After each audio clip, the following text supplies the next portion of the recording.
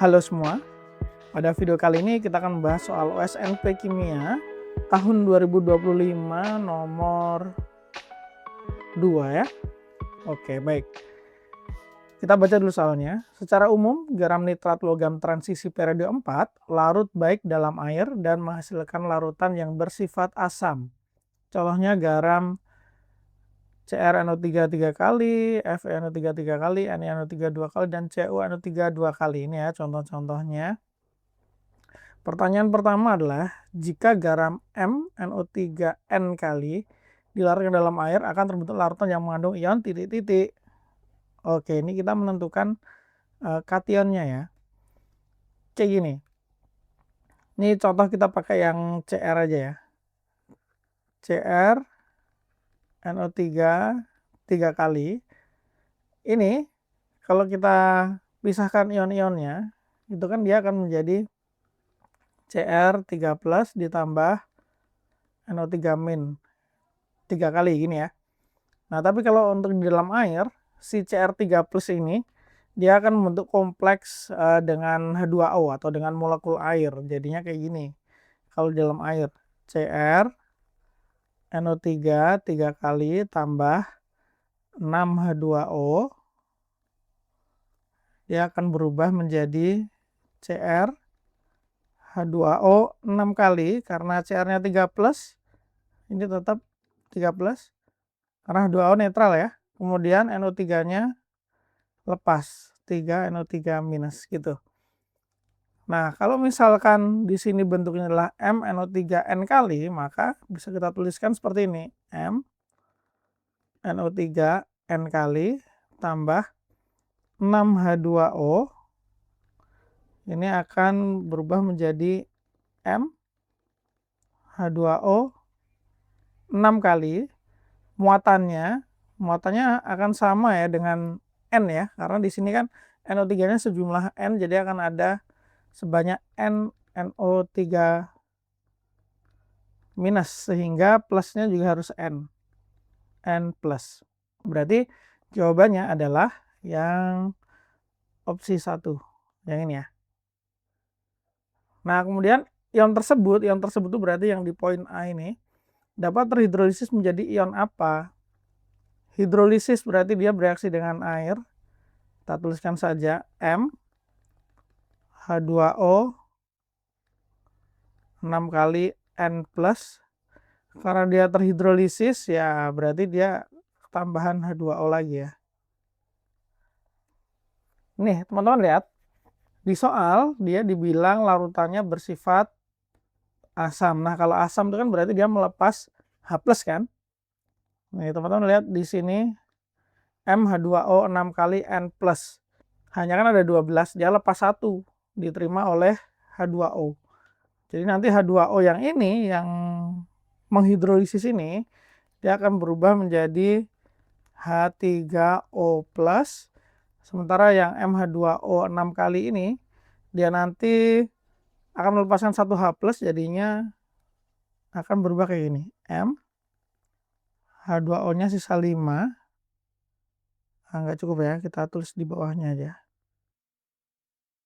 Jadinya M H2O 5 kali. Hanya kan lepas 1 nih, jadi satu H2O ini berubah jadi OH. OH, sehingga muatan totalnya adalah awalnya N+, sekarang jadi N-1+, karena melepas 1 H+ ya. Nah, kayak gini kurang lebih ya. Oke, jadi kalau ditanya ion tersebut dapat terhidrolisis menjadi ion apa? Jawabannya adalah yang ini ya, berarti yang cocok adalah opsi yang kedua. Terus produk samping reaksi hidrolisis, ini produk sampingnya H3O+. Kenapa tadi kita bisa menentukan H3O+? Karena sifat garamnya asam, berarti dia melepas H+, H+-nya diterima oleh H2O. Jadi H2O yang menghidrolisis ini jadi berubah H3O+, seperti itu. Dalam reaksi hidrolisis tersebut, air bersifat sebagai, ini pakai teori asam basa Bronsted-Lowry ya. Bronsted-Lowry, dimana kalau asam itu melepas H+. Sementara kalau basa, dia menangkap H+. Nah, kita lihat di sini. Air atau H2O, dia awalnya ya H2O, terus berubah jadi H3O+. Berarti kan hanya bertambah. Artinya H2O ini menerima atau menangkap H+ dari si MH2O 6 kali. Berarti kalau menangkap H+, sifatnya adalah basa. Basa brown state lowry. Kita lanjut ke soal berikutnya. Adapun urutan sifat asam dari larutan garam nitrat tersebut adalah kita mengurutkan keasamannya ya. Ini berarti kalau tandanya kayak gini berarti kita mengurutkannya dari yang paling tidak asam ke yang paling asam begitu ya. Oke, apa yang mempengaruhi keasaman gitu kan? Pertama gini, tadi kan di reaksi sebelumnya, di reaksi hidrolisis ini kan si ion positifnya MH2O6 kali ini dia akan melepaskan H+. Nah, semakin mudah H+ dilepas, berarti artinya dia semakin asam. Nah, apa saja faktor yang mempengaruhi mudahnya H+ untuk lepas? Kita gambar skemanya dulu kayak gini ya. Karena ini M, dia mengikat H2O6 ya, tapi kita gambar aja 1. Nah, kan kayak gini misalnya. Ini, kalau kita tinjau aja H yang di kanan ini ya. Kita tinjau H yang di kanan ini. Untuk ikatan itu kan sebenarnya elektron dia. Elektron 2 gitu ya, dia dipakai untuk berikatan antara O dan H. Faktor yang mempengaruhi semakin mudahnya H+ lepas itu adalah seberapa jauh pasangan elektron ikatan ini dari H. Nah, apa yang mempengaruhi jauh dekatnya pasangan elektron ikatan ini? Nah, atom-atom itu dia tuh kan punya elektronegativitas ya. Elektronegativitas itu berarti kecenderungan dia untuk menarik elektron. Kalau O sama H, jelas O ini lebih kuat tarikan elektronnya terhadap H.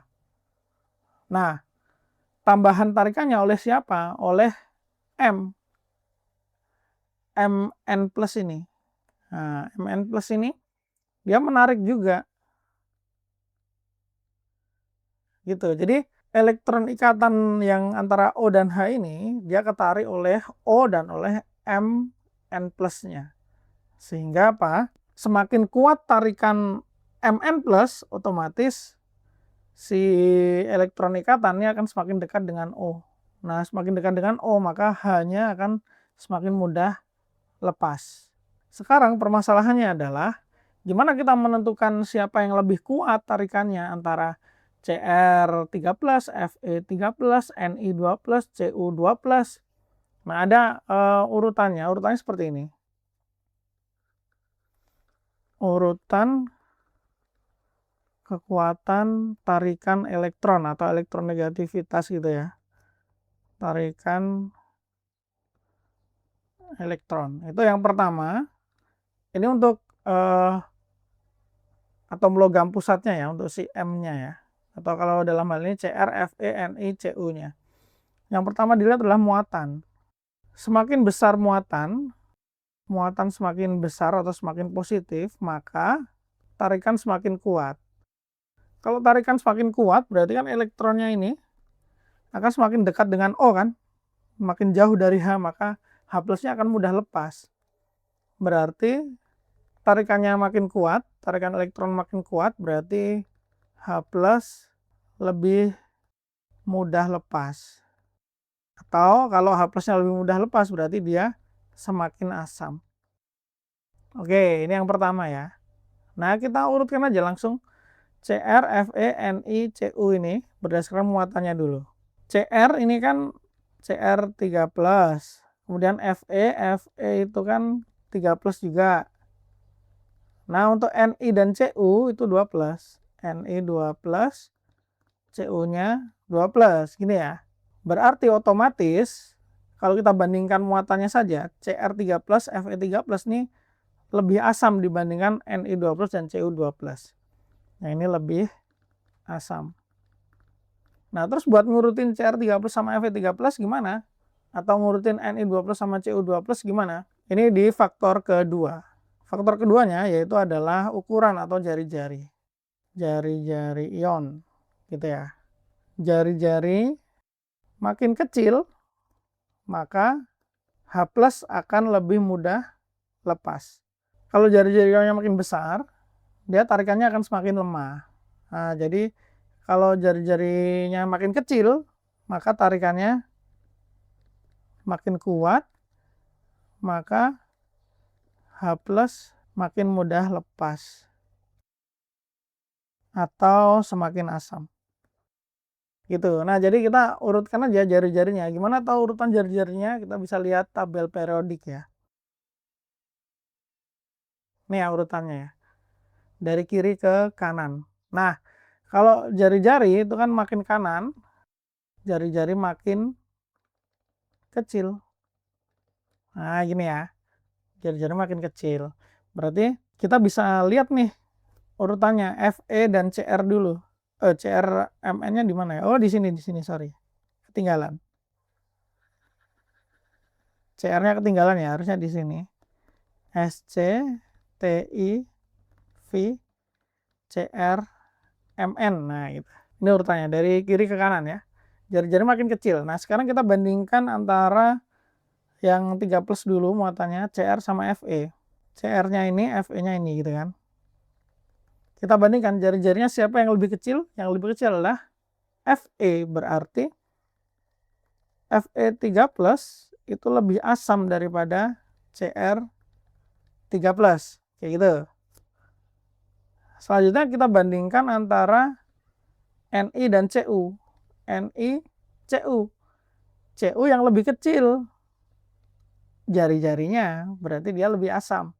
Berarti keasamannya Cu2+ itu lebih asam daripada Ni2+. Nah, berarti kalau kita urutkan nih dari yang paling kurang asam, berarti Ni dulu. Ni2+, Cu2+, baru Cr3+, baru Fe3+. Berarti urutan keasamannya yang benar adalah Ni yang paling lemah, Ni nitrat yang paling lemah, Cu nitrat selanjutnya, Cr nitrat, kemudian Fe nitrat, berarti jawaban yang paling cocok adalah yang ini ya. Seperti itu. Oke, soal E beres, kita lanjut ke soal berikutnya. Bila larutan garam FeNO3 3 kali direaksikan dengan larutan NaOH berlebih akan menghasilkan, nah ini FeNO3 3 kali ya, dikasih basa. Sementara untuk yang G ini, perlakuannya sama kayak soal F, tapi larutannya CrNO3 3 kali. Oke, untuk FeNO3 3 kali, ini kan kationnya adalah Fe3+ ya. Sementara untuk yang CrNO3 3 kali itu Cr3+. Ya, ini Fe3+ kalau misalkan FeNO3 3 kali ketemu NaOH ya tinggal pertukaran ion aja. Sehingga nanti reaksinya adalah FeNO3 3 kali tambah 3 NaOH ini akan berubah menjadi FeOH 3 kali ditambah 3 NaNO3 kayak gini. Cr3+ punya pola yang sama.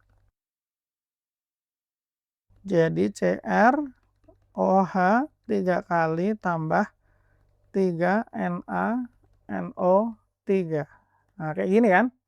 Tapi bedanya di sini teman-teman. Untuk senyawa FeOH 3 kali, ini sifatnya basa. CrOH 3 kali, ini basa juga sih. Tapi dia punya sifat yang disebut sebagai amfoter. Jadi basanya nggak terlalu kuat. Sehingga kalau dia ketemu basa yang lebih kuat, berlebih, ketemu NaOH lagi, CrOH 3 kali akan berperan sebagai asamnya. Karena dia punya sifat amfoter.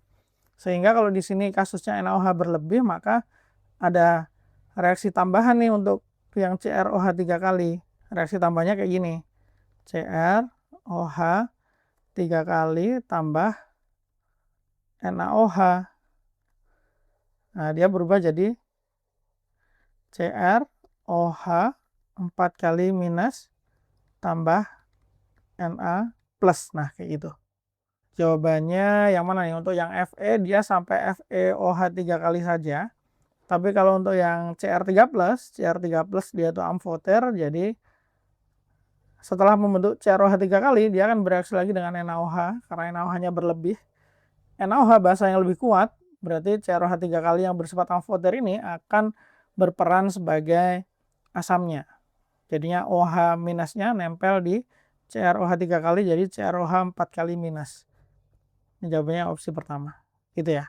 Seperti itu. Amfoter itu apa aja? Nah, mungkin biar sebagai pengetahuan ya, amfoter itu salah satu contohnya selain Cr, itu ada Zn2+, nah itu amfoter juga. Al3+, nah itu amfoter juga. Pokoknya yang di tabel periode itu di bagian tengah-tengah lah. Seperti itu. Oke, kita lanjutkan ke soal berikutnya.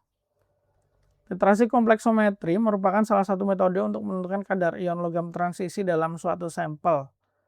Sampel limbah cair industri baja. Oke. Salah satu jenis agen pengkelat yang umum digunakan dalam titrasi kompleksometri itu adalah etilen diamin tetraasetat atau EDTA. EDTA memiliki titik-titik atom donor oksigen dan titik-titik atom donor nitrogen. Nah, ini teman-teman harus tahu sih EDTA itu bentuknya seperti apa. Ini udah ada namanya ya. Etilen diamin tetraasetat. Etilen itu kan berarti C-nya 2 gini kan. Diamin berarti dia punya 2 gugus amina. Gitu ya. Kemudian tetraasetat. Oh, sorry ini H2 etalin diamin tetraasetat. Berarti ada asetatnya. Tetra berarti 4 ya asetatnya ya.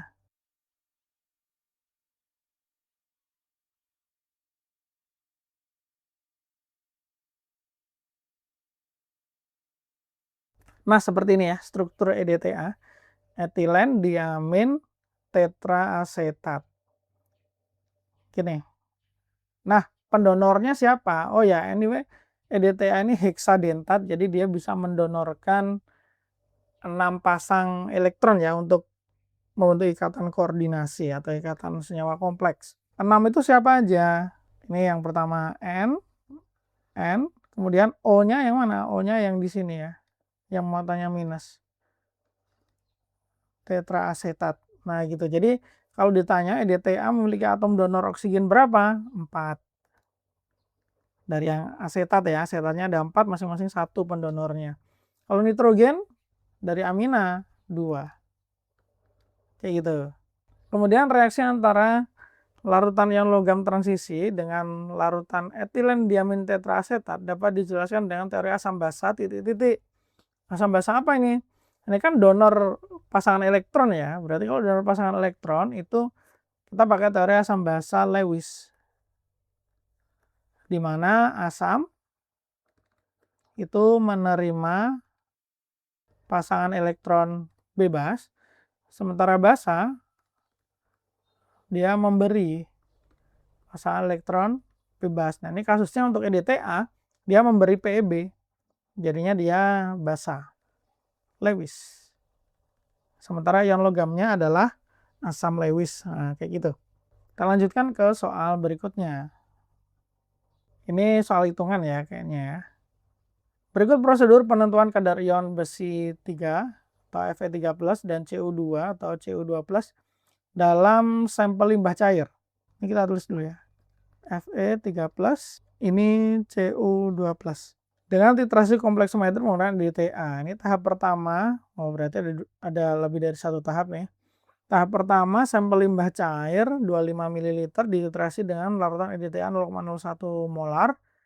Terus diperlukan 38 ml untuk mencapai titik akhir titrasi. Baik. Tahap kedua, nah ini poin pentingnya. Tahap kedua ini, titrasi kedua ini adalah Fe3+ itu dimasking dulu. Nah gitu ya. Terus Di sini volume limbah cairnya sama-sama 25 mili. Kemudian, ini udah dijelaskan ya maksud masking ya. Hal ini bertujuan agar ion Fe3+ tidak bereaksi dengan EDTA. Selanjutnya, larutan limbah cair tersebut dititrasi dengan EDTA 0,01 molar, sama nih yang dipakai untuk titrasi antara tahap pertama dan kedua, dan mencapai titik akhir titrasi pada volume EDTA 24 ml. Baik, nih. Oke, berdasarkan data titrasi tersebut, konsentrasi ion besi 3+ berapa, ion Cu2+ berapa. Oke, baik. Kita kerjakan yang J dulu ya. Ya, tentulah yang J dulu ya. Karena yang K nyari kadar. Nah, kita harus tahu dulu berarti kan jumlah Cu-nya. Pertama kita bahas dulu yang titrasi pertama. Karena ada dua titrasi ya. Titrasi pertama itu reaksinya berarti adalah Fe3+ tambah EDTA. Nanti dia akan berubah jadi Fe EDTA gitu aja. Kemudian Cu2+ tambah EDTA. Karena titrasi pertama nggak ada masking-masking ya. Jadinya kedua logamnya bereaksi dengan si EDTA. Nah, dan setiap ion logam bereaksi sama EDTA-nya itu 1:1 rasio stoikiometrinya. Sehingga dari sini kita bisa lihat bahwa molnya si Fe tambah molnya si Cu itu sama dengan molnya EDTA. Gini kan. Molnya EDTA berapa ya? Berarti kita pakai 0,01 sama 38 ml. Berarti 38 kali 0,01, 0,38 ya. 0,38 berarti molnya Fe ditambah molnya Cu itu adalah 0,38 milimol tapi. Gini ya. Ini persamaan satu dulu. Nah, selanjutnya kita ke titrasi kedua. Nah, titrasi kedua ini Fe sudah dimasking. Berarti Fe kan tidak bereaksi kan? Berarti yang bereaksi cuma Cu-nya. Berarti reaksi yang terjadi adalah Cu2+ tambah EDTA berubah jadi Cu EDTA gitu aja. Terus habis itu mana ya? Volume EDTA-nya buat titrasi kedua adalah 24 ml, konsentrasinya 0,01 molar. Kan kalau dari sini kan perbandingan mol Cu dan EDTA 1:1. Berarti mol Cu sama dengan mol EDTA. Berarti molnya Cu adalah 24 ml ini dikali 0,01 berarti 0,24 milimol. Nah, molnya Cu dapat 0,24. Berarti kalau kita gabungkan atau kita substitusikan molnya Cu ke sini berarti mol Fe tambah molnya Cu 0,24 sama dengan 0,38. Berarti molnya Fe kita juga bisa hitung. 0,38 dikurangi 0,24 berarti 0,14 milimol. Kan kayak gini ya. Cuman yang ditanyakan konsentrasi kan. Kalau konsentrasi itu kan berarti perlu